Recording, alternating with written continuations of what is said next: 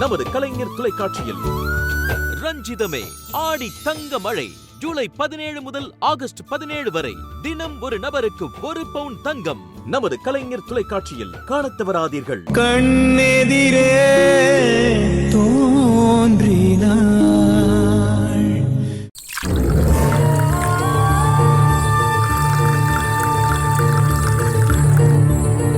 என்னண்ணே சரக்கடிக்கலாம்னு சொன்னீங்க, எல்லாம் வாங்கி ரெடி பண்ணிட்டேன். ஏதோ யோசனையிலே இருக்கீங்க, எடுத்து டக்குன்னு அடிங்கண்ணே. டேய், சரக்கு அடிக்காமலே நான் அடிச்ச மாதிரி போதை ஆயிட்டேன்டா. அது எப்படிண்ணே சரக்கு அடிக்காமலே போதை ஆயிரும்?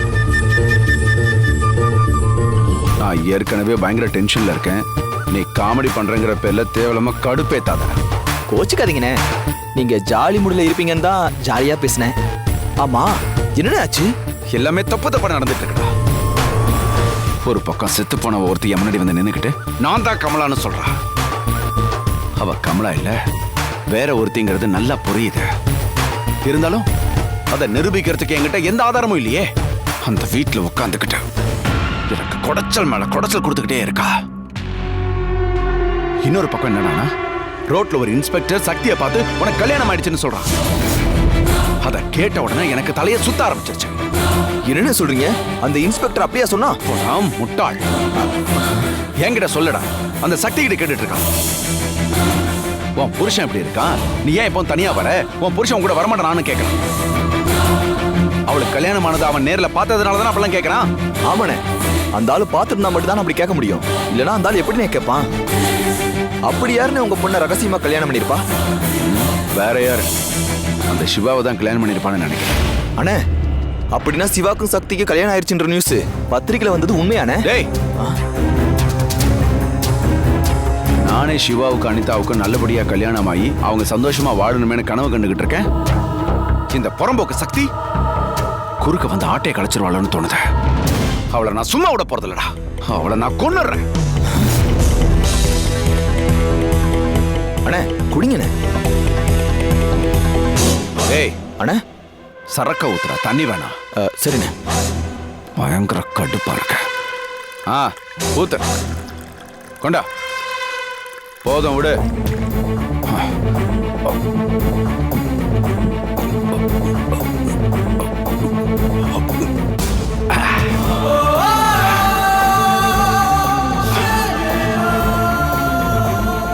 சக்தி,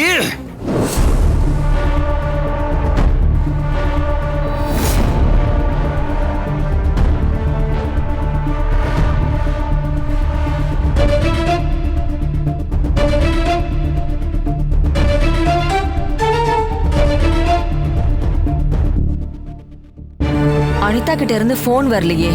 நாம சொன்ன காரியம் முடிஞ்சிருச்சா இல்லையான்னு தெரியல. இப்ப என்ன பண்ணலாம்? இந்துமா, என்ன சொல்லுங்க. இல்ல, ரெஸ்டாரண்ட்டுக்கு வெளியில ரொம்ப நேரம் நின்னுகிட்டு இருக்கோம். எப்ப வீட்டுக்கு போறோம்? இப்ப வீட்டுக்கு போய் என்ன பண்ண போறீங்க? எதுக்கு உங்களுக்கு அவ்வளவு அவசரம்? எனக்கு ஒன்னும் அவசரம் இல்ல. ரெஸ்டாரண்ட்ல சாப்பிட்ட பில்லுக்கு தான் உன் மோதிரத்தை கொடுத்துருக்கோம். நம்ம வீட்டுக்கு போய் டிரைவர் கிட்ட பணம் கொடுத்து அனுப்பி திரும்பவும் நம்ம மோதிரத்தை வாங்கணும்ல, அதான் சொல்றேன்.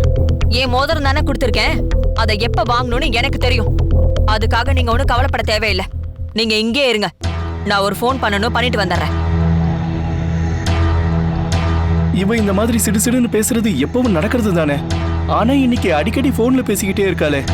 யார்கிட்ட பேசுறா? காரணம் இல்லாம பேச மாட்டாளே. ஏதோ விஷயம் இருக்கு, அது என்னன்னு தான் தெரியல.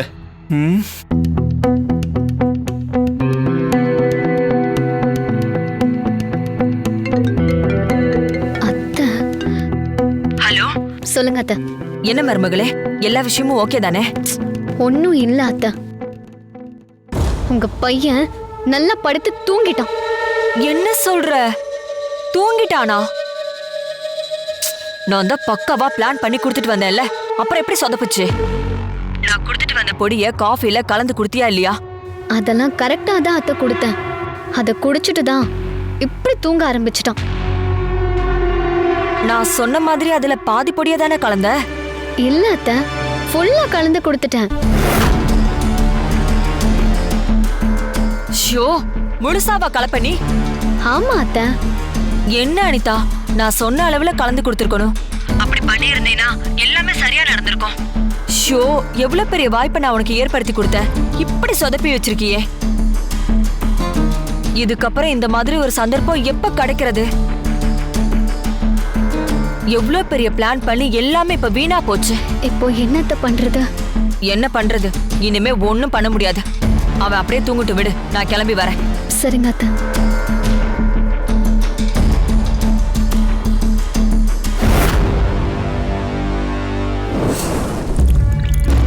சக்தி, காஃபி வச்சிருக்கேன், சீக்கிரம் குடிச்சிடுமா. ஏய், உனக்கு காஃபி ஒரு கேடா? ஏண்டி? ஏய் மாமா, உன்னால தான் எனக்கு நிம்மதி. வேண்டாம், ஏன் அடிக்கிறீங்க? மாமா விடுங்க. மாமா விடுங்க. மாமா கூட இப்படி பண்றீங்க? ஏய், யாராவது இவளுக்கு வக்காலத்து வாங்கிட்டு வந்தீங்க, மரியாதை கேட்டு நிறுத்துங்க. குடிச்சிட்டு வந்து என் தங்கச்சி கிட்ட பிரச்சனை பண்ணிட்டு இருக்கீங்க. நம்ம குடும்ப மானத்தையே குழி தோண்டி புதைச்சிட்டான் அவன். அப்படி என்ன பண்ணா?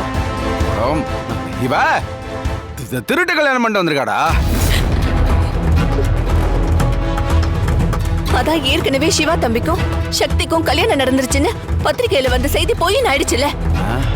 குடி போதையில நிதானம் இல்லாம பழைய செய்தியை படிச்சுட்டு வந்து என் புள்ளைய போட்டு அடிக்கிறீங்களே. ஏய்,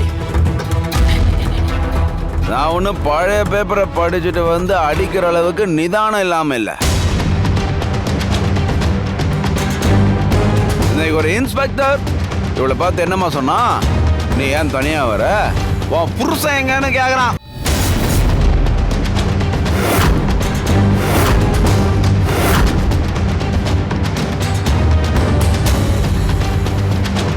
அவளுக்கு கல்யாணம் ஆயிருக்குன்ற அனுமானத்துல அந்த இன்ஸ்பெக்டர் அப்படி கேட்டிருப்பாரு. இதெல்லாம் உண்மை நம்பிட்டு வந்து என் புள்ளைய போட்டு அடிக்கிறீங்களா? பேப்பர்ல வந்த நியூஸ் எல்லாம் பொய்யா இருக்கலாம், ஆனா அந்த இன்ஸ்பெக்டர் ஏன் போய் சொல்ல போறான்? அவன் இவகிட்ட என்ன கேடான் தெரியுமா? ஏமா, கல்யாணம் ஆன நாள்ல இருந்து பாத்துட்டு இருக்க, நீ மட்டும் தனியா வரியே, உன் புருஷன் கூட ஏன் நீ ஜோடியா வரல? அவர் எங்க, அவருக்கு போனை போட்டு கொடு, நான் பேசுறேன்னு சொல்றான். இவ திரு திருன்னு முழிச்சுக்கிட்டு இருந்தா. இத நான் என் கண்ணால பாத்தேன்டி. இவளுக்கு திருட்டு கல்யாணம் நடந்ததை இன்ஸ்பெக்டர் பார்த்திருக்கலாம். அவன் பார்க்காம ஏன் அப்படி கேட்க போறான்? இவளுக்கு திருட்டு கல்யாணம் நடந்தது, அந்த இன்ஸ்பெக்டர் அதை பார்த்திருக்கான். இதை விட உனக்கு வேற என்னடி சாட்சி வேணும்? என்ன ஆதாரம் வேணும்?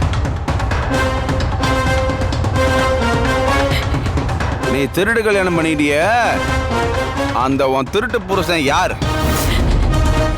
சொல்லு, சொல்றே. அப்பா, அந்த இன்ஸ்பெக்டர் சொல்ற மாதிரி எல்லாம் ஒண்ணுமே இல்லப்பா. அவன் சொன்னது பொய் இல்லடி, நீ சொல்றதான் பொய். அந்த திருட்டு புருஷன் யாருங்கிறத நீ இப்ப சொல்ற. சொல்லு, சொல்லு. சொல்றீங்க, சொல்லிட்டே இருக்கல. இன்னொரு தடவை கை வச்ச மரியாதை கட்டுறோம்.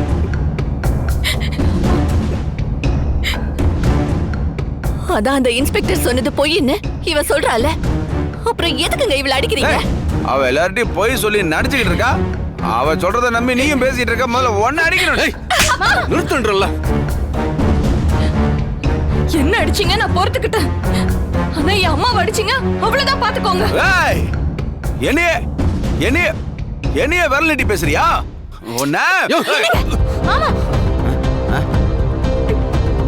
என்ன நினைச்சிருக்க உன் மனசுல? எவனோ ஒரு இன்ஸ்பெக்டர் சொன்னதை நம்புவ? என் தங்கச்சி சொல்றதை நம்ப மாட்டியா? யாரோ சொல்றதை கெட்டியா புடிச்சுக்கிட்டு உனக்கு கல்யாணம் அடிச்சு உன் புருஷன் யாருன்னு கேட்டு அடிக்கிறிய. இதெல்லாம் ஒரு பெத்த அப்பம் பண்ற காரியமாயா?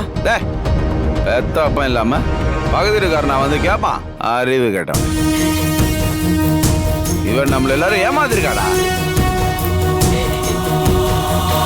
மாமா, நீங்க சொல்ற மாதிரி சக்திக்கு திருட்டுத்தனமா கல்யாணம் நடந்திருந்தா அவ கழுத்துல தாலி இருக்கணும்ல. அப்படி ஏதாவது இருக்கா பாருங்க.